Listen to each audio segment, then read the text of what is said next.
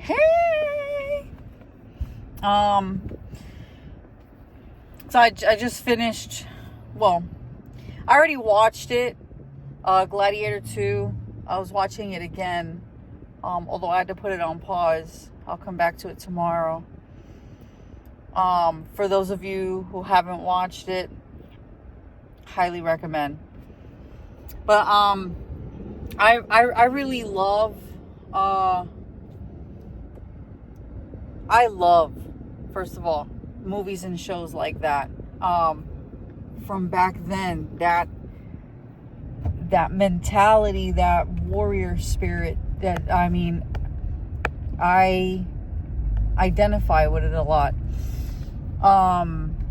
But the one that was also a philosopher, Marcus Aurelius, I gotta say, his stoic philosophies helped me a lot too. When I was younger, early 20s, before I got into different other philosophies and shit like that, outside of what I've been taught or limited to growing up, which was just Christianity. I, in my early 20s, when I got away from everyone, the whole family, I started broadening my horizons and learning other teachings and theologies and shit like that. One of them that helped change my mentality for the better, it has to be stoicism. Marcus Aurelius, a lot of his quotes, when I apply them to my life, and obviously when you start applying it, you start seeing the deeper meaning of what that actually meant, and then you further apply it and see the difference. The difference is almost night and day. Before that, I was very driven by emotion. The emotions had the front seat, the steering wheel. They drove my actions, which, I've come to find out recently and further understand how and why, and how that's how our brain works. That's where our reactions come from, our emotions, and that we have to pause to bring the cortex back online so we can give a much more thought out, calculated response. But anyways, I was very much driven by emotion. All my reactions and impulsivities all came from emotions and my unhealed wounds and all of that. And I did a lot of things that at my core I didn't mean to do, but I did them because, again, I was driven by emotion. So one of the things that really helped me, other than learning about neuroplasticity and neurology and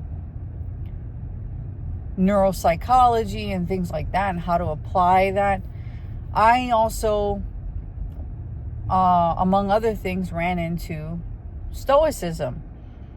Stoicism to me is a really good balance for someone who tends to be driven by emotion.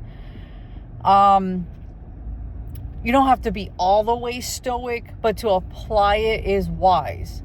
It is very wise, especially for those of us who, and when I say those of us, I speak on almost everyone who hasn't reached an understanding of how to master your emotions and know the basics of emotional intelligence and things like that.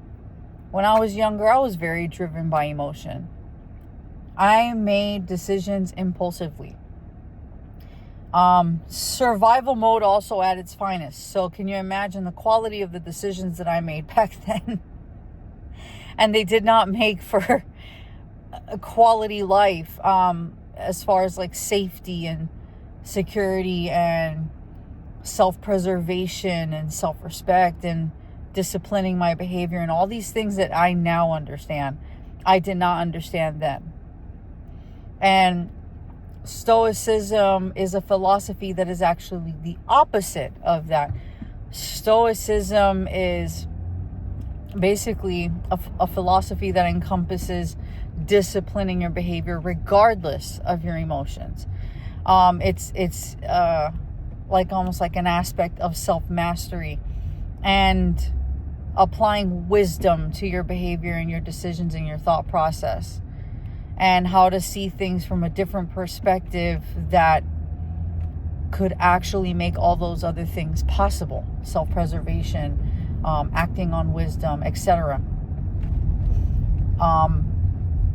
Acting in line with your values rather than your feelings. And in a way, it's kind of like bigger picture thinking. Stoicism definitely does not come from a place of, like, for example, does not come from the survival part of your brain or the amygdala, which is the emotional reaction center. It's definitely more of like a cortex, prefrontal cortex, driven type of philosophy. It's literally embedded in wisdom and discipline and honor and value. And so that was one of the things that helped me a lot with my mentality and changing and working on the quality of my decisions, relationships, etc. Anyone who could have or tried to, I should say, be a good person to me in my early 20s, which wasn't many, but even those few, because of the way that I moved in emotion, it didn't make room for them to further exist at that time in my life. But they also were the ones who helped drop the seeds of thought that I then nurtured, that helped facilitate change in my life.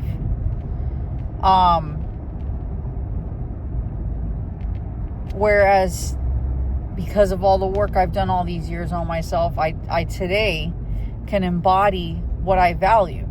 And I understand now the proper role of your emotions in your life. Their role is not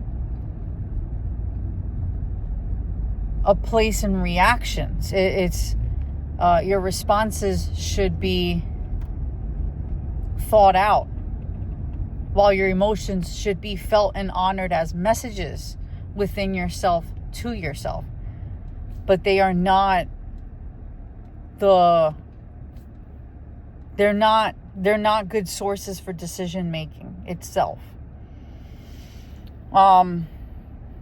So yeah, anyone who hasn't seen Gladiator 1 or Gladiator 2, I definitely encourage it. And look into stoicism. You never know who it could help, or even yourself.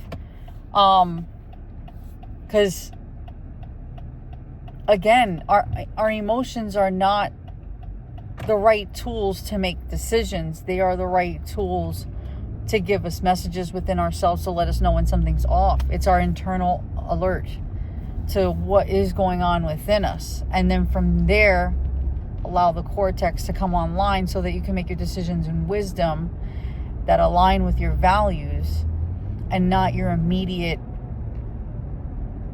perception of what the immediate gratification would be emotionally, because that just brings destruction. Yeah, much love.